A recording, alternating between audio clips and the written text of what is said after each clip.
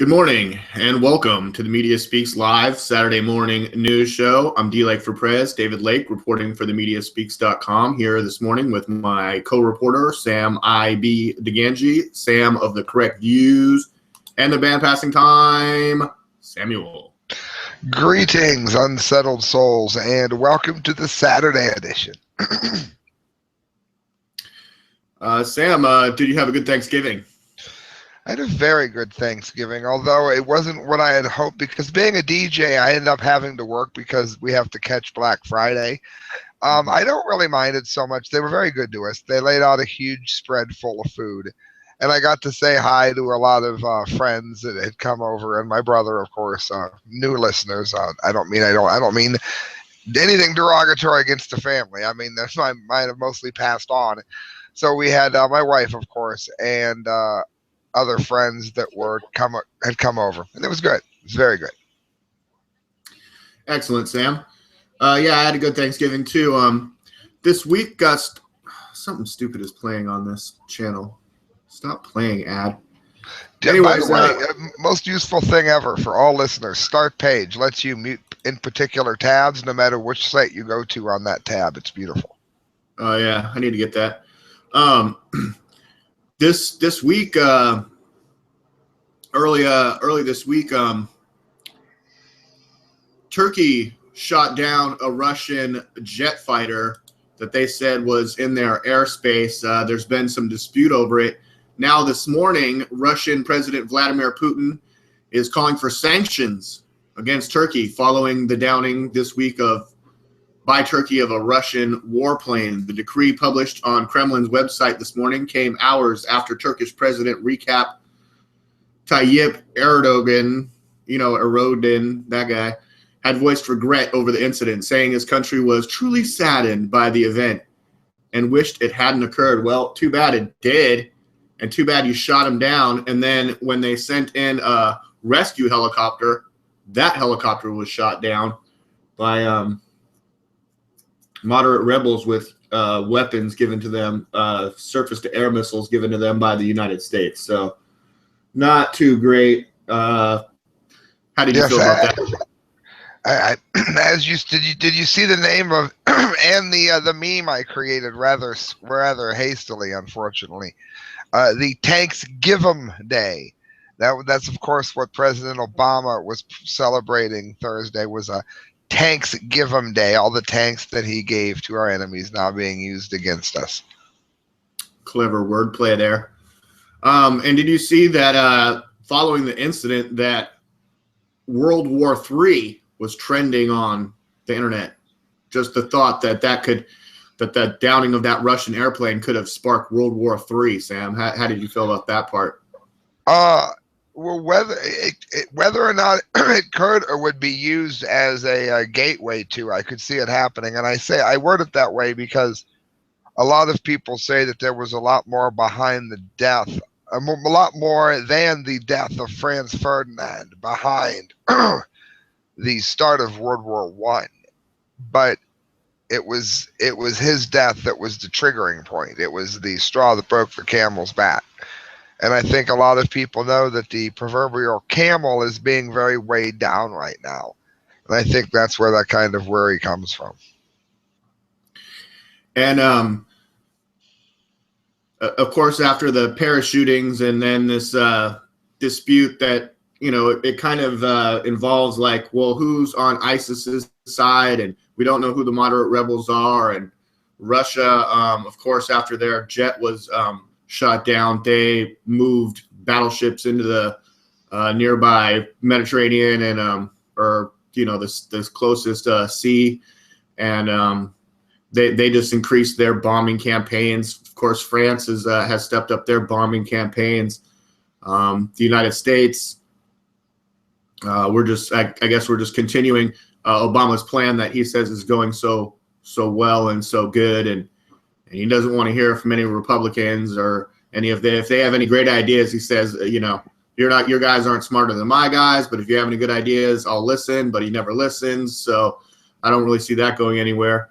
But a few presidential candidates have gone up in the polls based on their how they say they would handle national security and terrorism and war and the war on ISIS. And do you think before Barack Obama's out of office, we'll see his strategy, like see what it is? His strategy is to let as much damage be done from the people coming here to order enough chaos in the streets that they can take over using the government as the cure-all is what I worry about. Sure, problem, reaction, solution. The Hegelian, yes. Yes, the Hegelian dialectic there.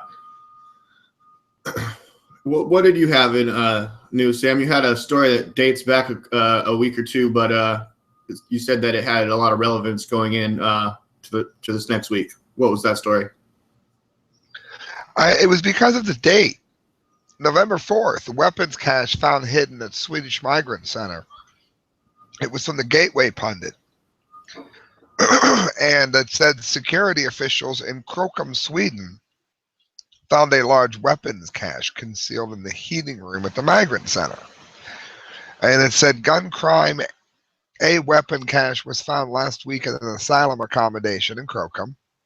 And that's in, I believe it's pronounced Jomtland, inside the property's heating chamber, according to reliable sources. Avixflat, oh, I butchered that one.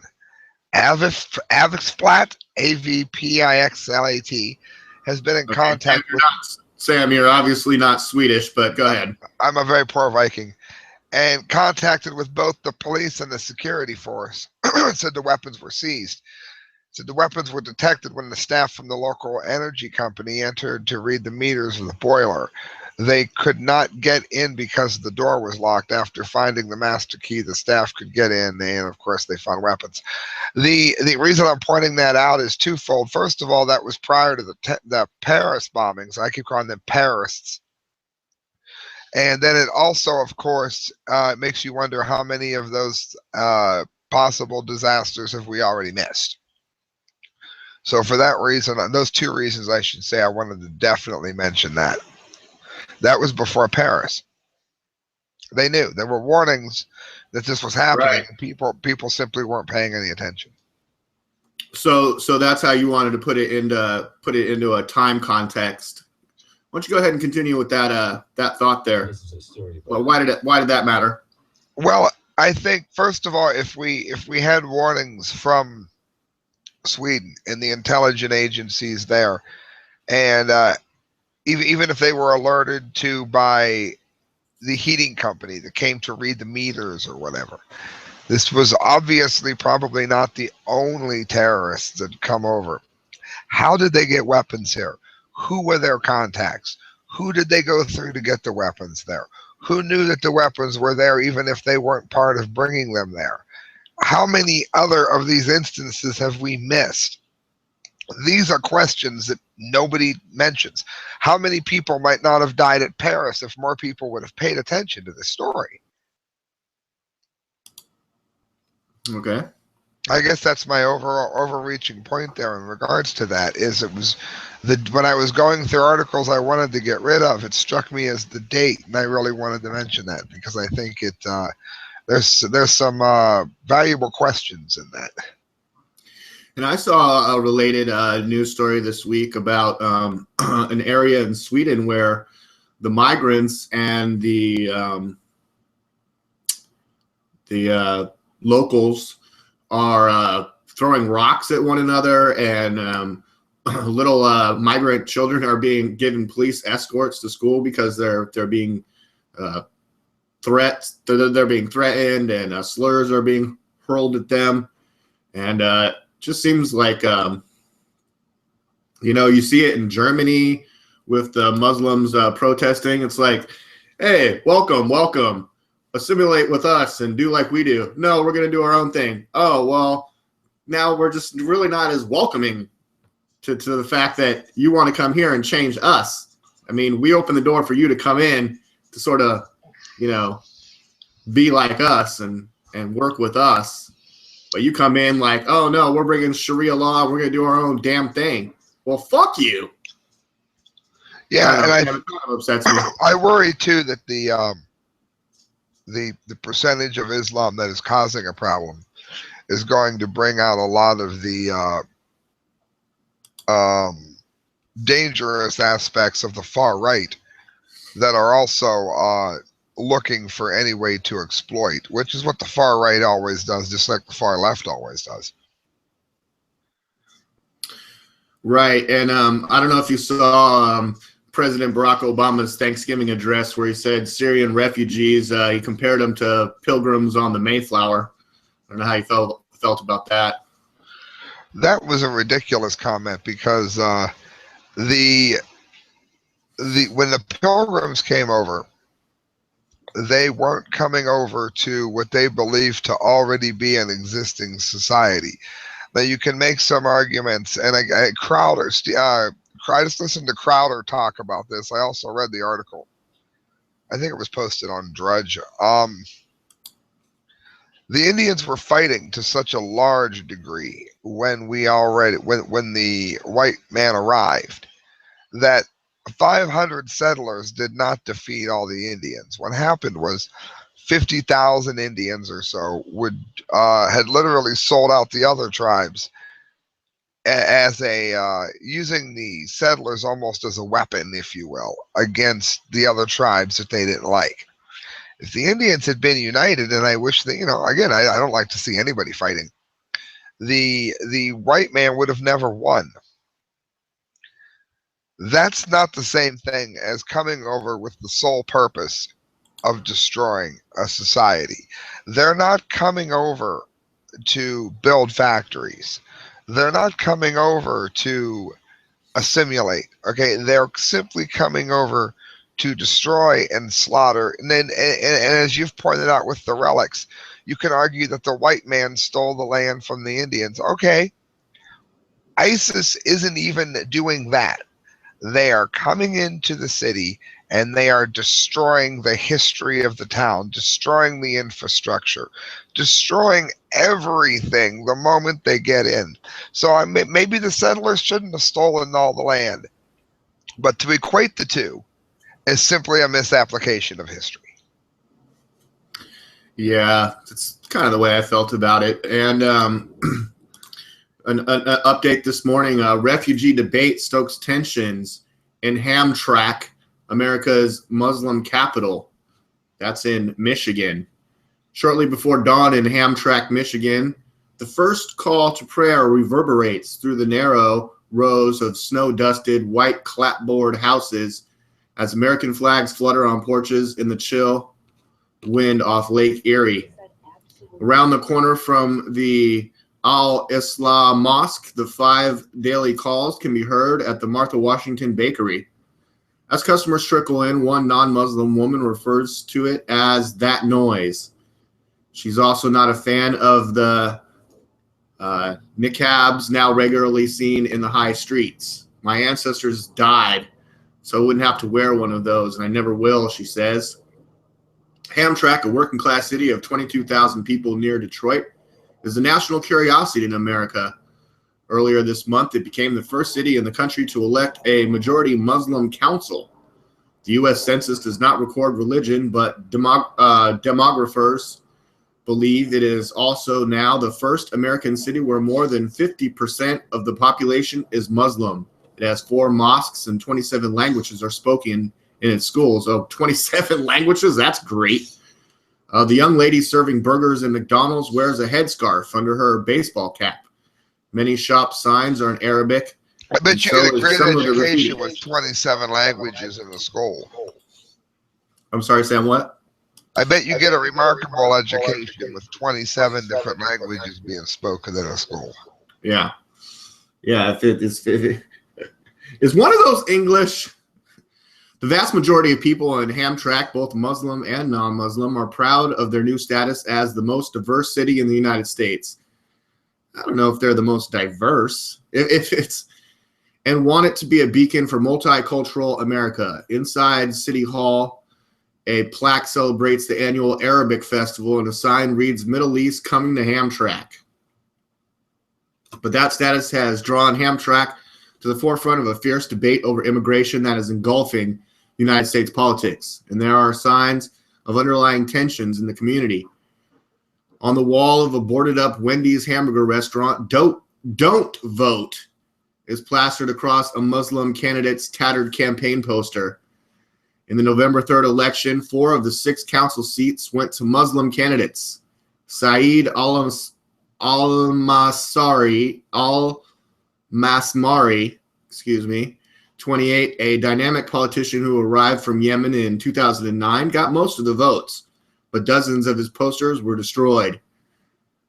More alarming was the distribution of flyers urging voters to support white candidates. The flyers said, "Let's get the Muslim out of Hamtramck. Let's take back our city."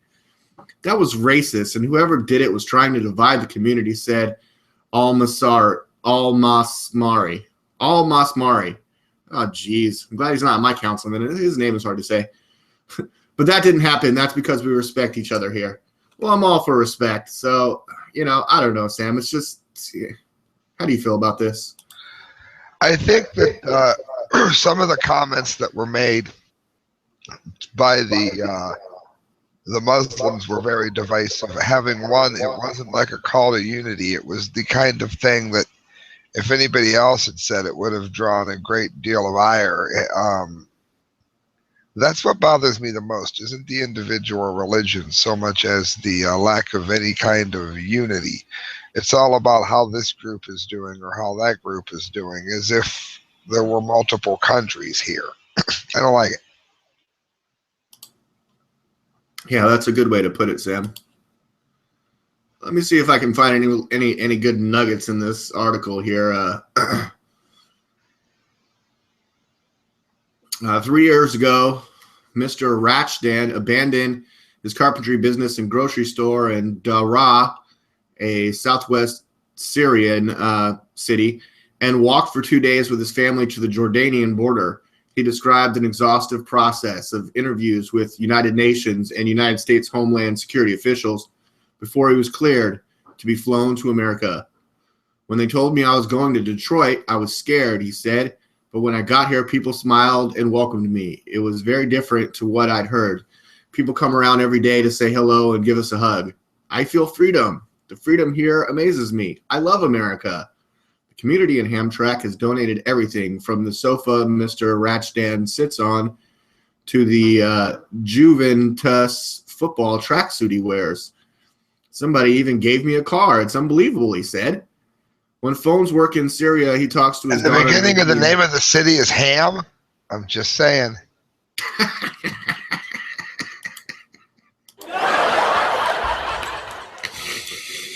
Yeah, I don't know if they're working to fix that. But Mr. Rachdan said he understood America's reluctance to take more refugees following the Paris attacks, but added they should take families. Those are the people that want to work, that can help build America, not the bad people. Asked what he liked most about his new life in America, Mr. Rachdan began crying. There were sobs of joy and relief through his tears. He managed a single word: humanity, he said. So, Sam, we talked last week about being sensitive versus being insensitive. And I don't know if one guy's success story makes everything all better, but that at least things are going good for that guy. Well, if let's say how many bombers and shooters were there in Paris? I don't know. How many? They say there were 10. There was like 7 locations, multiple people at different locations. All right, so let's say a total of 100 people put that whole thing together. People you'll never know about. If 100 people don't represent the evil of the refugees, then how does one success story represent the good of the refugees? These are the questions that you don't find in the paper. Yeah. Well, we have to make Obama's plan sounds good. And again, the article starts with how we hear that noise. The call to prayer every day in the morning. The first call to prayer. We hear that throughout the day there in Michigan. Aye. That's the Islamic Muslim call to prayer there that you're hearing. Hey, no, Islamica. What if you had like a heavy metal? You could have Islamica for like the youth. It'd be like a heavy metal Muslim prayer. Islamica. Right. No, probably not. No. I don't know that. No Islamica. All right.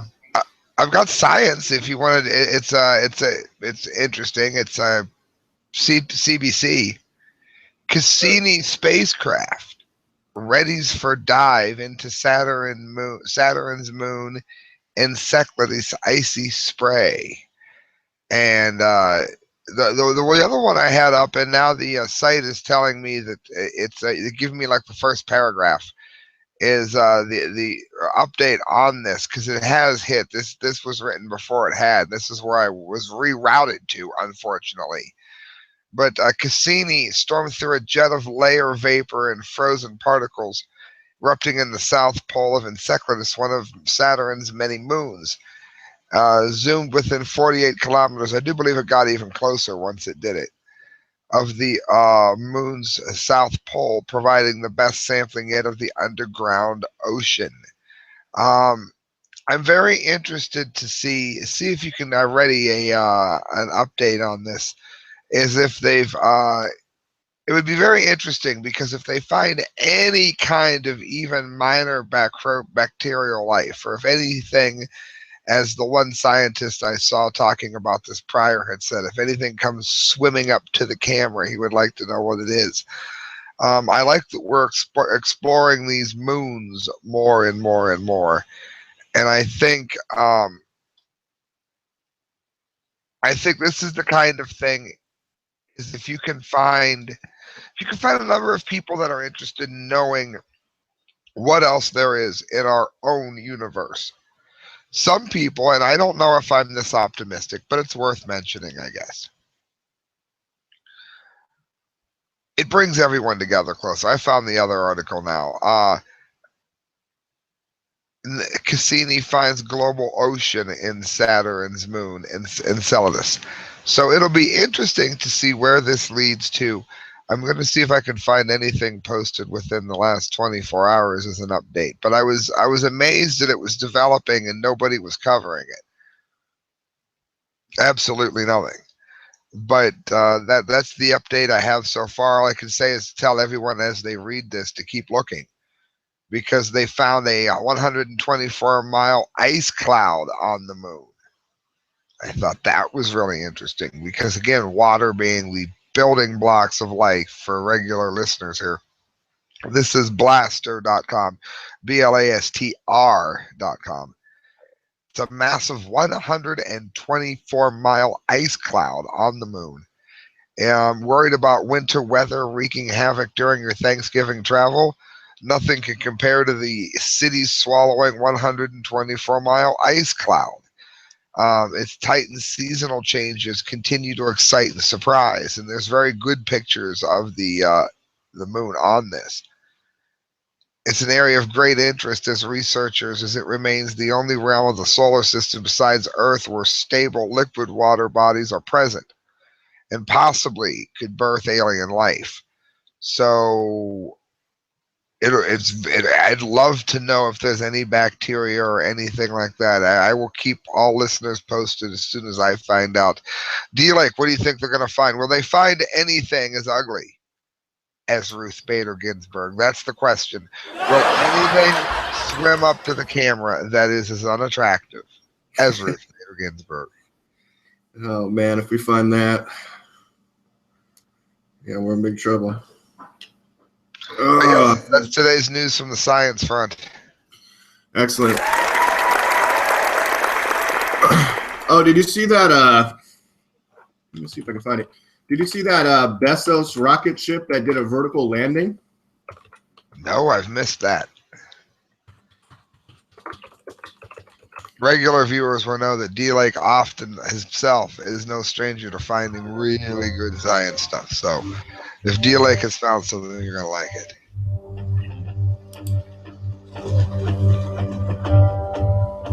Only 3 million views. So sad. They look like the crazy people at CERN. They're not going to do a devil dance, are they? Track brake check good. Forward pin check good. Aft pin check good. LGS check good. 1,000 feet.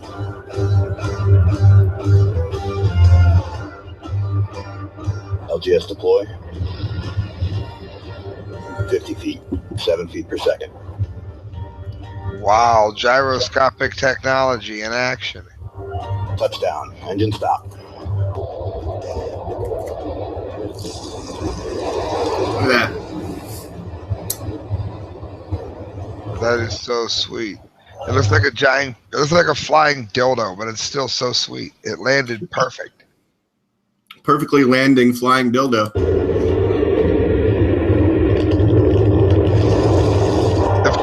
If Christelle sees that, she won't need me anymore.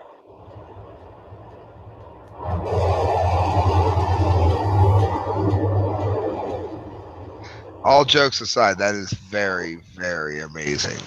Pretty amazing, right? Yes, yeah, that's right up there. Nice find, D-Lake. Yeah. Yeah. And apparently Bezos, they're like the Amazon millionaire guy. Their Blue Origin's New Shepard space vehicle successfully flew to space, reaching its planned test altitude of 329,839 feet before executing a historic landing back at the launch site in West Texas. And apparently they did it before SpaceX did, or the Elon Musk's thing, you know, so that's pretty incredible.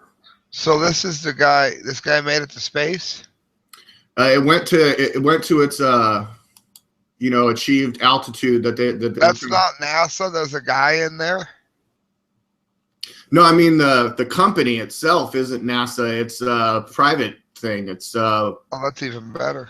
Yeah, Bezos, I believe, the guy from Amazon. Oh, that's even better. Yes, indeed. Billionaire trying to do space research stuff. So that's what I had in science. How about entertainment, Sam? Let's try to wrap it up. I'm not feeling like 100% here. Oh, I've got, I'm sleepy myself. Going to see Tropidelic tonight. Free shout out to Tropidelic. Hey, what about Skinny Puppy? You didn't talk about that yet. I did that last week, I believe. Did I not? Yeah, but then you had an interview with him. Oh, you know what? I do believe Christelle forgot to post it up. Like I said, I mentioned what he said about Fukushima. I covered it, but didn't post it. Yes, that's true. I have to get that up. Thank you. For those of you that want to know what he said, I did go over it last week, but I will go ahead and get that video up. I completely forgot. I'm going to see Tropidelic tonight, and they're going to be at Buzzbin. For those of you that don't know, they're like jam bands, but they don't really get heavy enough. Well, this band it has that jam band feel, and then they really know how to hit hard every now and again. And a must see. Very, very good. I also have, this was interesting, proving in many instances, I must say, Donald Trump is correct. Computerworld.com, 24 Disney IT workers prepare to sue over foreign replacements. I'll tell you what, I would sue over how horrible Alice in Wonderland is. You want to speak about that which is entertainment. Avoid Alice in Wonderland. Johnny Depp is fine, but you can only polish a turd so much. This movie sucked, but I digress. At least 23 former Disney IT workers have filed complaints with the Federal Equality Employment Opportunity Commission over the loss of their jobs to foreign replacements. Basically, the H1N1 virus, H1B, and other temporary visas. I was thinking of the bird flu. They have a lot in common, don't they? They're bringing in foreign people from all over the world to take the jobs off of people here. And the reason I know this happens, I promise you it happens, is I drove cab for a decade, and I would watch the graduates come out of Stark State that have all of the intelligence and know-how needed for the job, but they wouldn't get the job with Diebold here in Canton, Ohio. They wouldn't get the job with Timken here in Canton, Ohio. Who would get it? People from India. And we would drive them around with astronomical cab fees. And that was all paid for. All paid for with your tax dollars. Meanwhile, people who graduate from the college here can't get a job doing any of this. They say that they're arguing that they are victims of the national origin discrimination, a complaint increasingly raised by U.S. workers who have lost their jobs to foreign workers on H-1B and other temporary visas. Sarah Blackwell, that means a prejudice against people that are already here is what that means. National origin discrimination means disliking somebody because they're already here. Sarah Blackwell, the Florida attorney representing the workers, says the deadline for Disney employees terminated January 30th for filing EEOC actions is Thursday, and they have. A Disney spokesman in an email response to the EEOC claims that we comply with our applicable laws. This is what happens. This is why there's legislation out there to limit this. Because I know animators. I went to school with animators that should have had these jobs. I went to school with IT people who were good enough for these jobs, and they don't have them. And I think that was very much needed pointed out. Thumbs down to Disney. And you also ruined Alice in Wonderland. Terrible. How dare you? I love the original, but yes. Yeah. What do you got, D-Like? Having to train your freaking replacements, that's horrible. Well, that'll just get skipped entirely, yeah. Yeah. I finished watching Jessica Jones on Netflix, all 13 episodes. I thought it was pretty awesome. I liked it. I still like Daredevil more, of course. I was kind of hoping to see Matt Murdock. I don't know what Jessica Jones is, but I did watch the first episode of Daredevil. I didn't know he was blind. I never had the comic. I didn't know he was blind, but okay, that was interesting. The blind superhero Daredevil. That's right. But the night nurse did show up near the end. Sort of a spoiler there, but you knew there was going to be some sort of crossover. I really like the guy that played Luke Cage. I recommend it, so everyone check it out. It's on Netflix. It's called Jessica Jones. Oh, they're making Marvel comic character.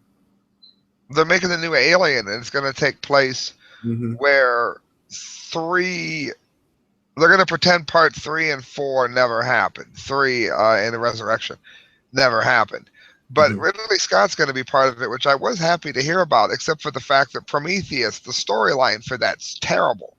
So, I mean, I'm a little worried, but hopefully it'll be good. They're going to act like 3 never happened. So it'll be interesting to see where that goes. Yeah, and I heard that not only is Hicks going to be back, Michael Bihn's character, but Newt, the little girl. But I think we're going to find somebody else to play her. Huh? She had said like 2 years ago on her site that she wanted to possibly get back into acting, only if the part was right. And now I heard they're talking about casting somebody else as Newt. But she grew up and doesn't look anything like Newt, so that could be why. Anyway, yeah, but I'm excited. I just, come on, don't give me some dumb Prometheus storyline. Give me something good. I love aliens. Newt grew up to be like a fat housewife, and it's like, you don't really fit the character mold anymore, you know? But she's such a cool person that I would like to see her play it. And come on, you can tone up a little bit. She'll get it. But I don't know if she wants it. She might not even want it. But I just want a good storyline. That's what I care about. That's what I care about the most. Yeah. And that's why I liked the Jessica Jones series, because I thought the storyline was pretty strong and the characters were all, pretty good. I don't even know what Jessie Jones is. Jessica Jones. She's a superpowered private investigator. Ah. Yeah, she has superpowers. Super strength. But strength alone will solve all your problems, Sam. Contains ISIS, yeah. Gotta be smart. Trump moon. And also, Trump moon. Speaking of Donald Trump, and we like to talk politics. I was watching his live speech right before we went live. Yeah, I want to go watch that afterwards.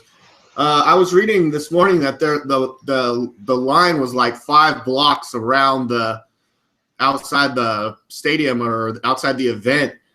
I don't know if you're aware that Donald Trump it's in Sarasota, Florida, where he's drawing this massive crowd for a Saturday morning rally. What other presidential candidate is doing Saturday morning rallies in Florida?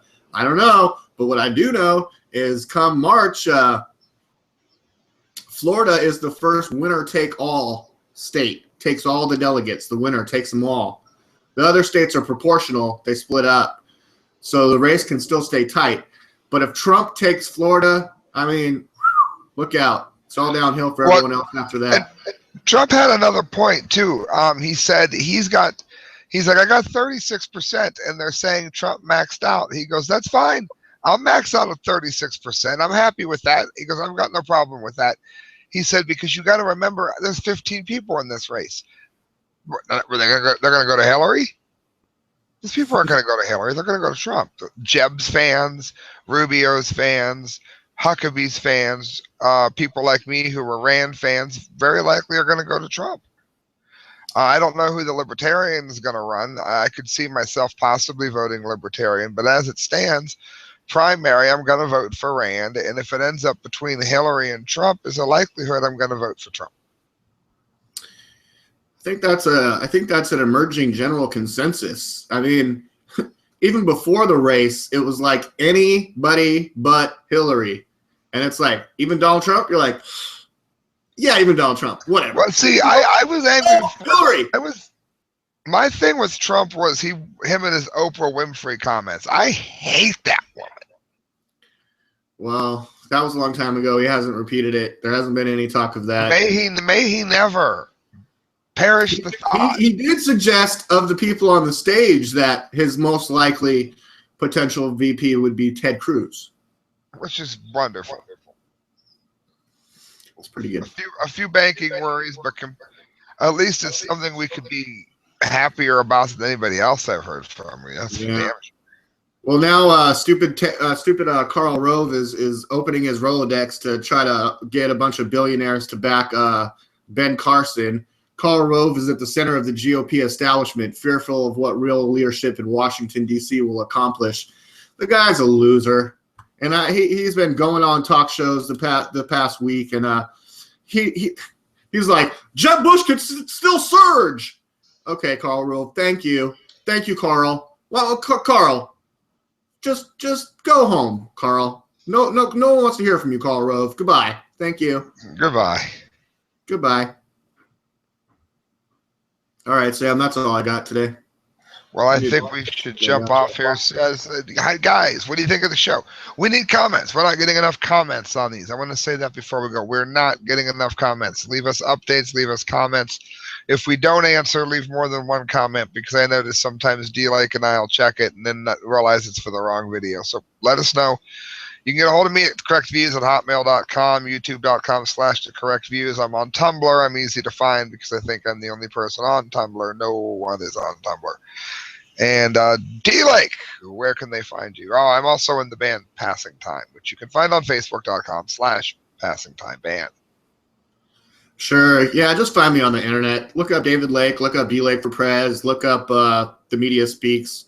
All those places you'll find me eventually. And then just start watching my videos and don't stop watching them. Just keep watching. There's days worth on there. Once you start liking us, then just go watch all our old videos. Like Sam said, comment, leave comments. Let's make this a little more interactive. Tell us what you want us to talk about next week, and we'll talk about it. Pour juice on your chin.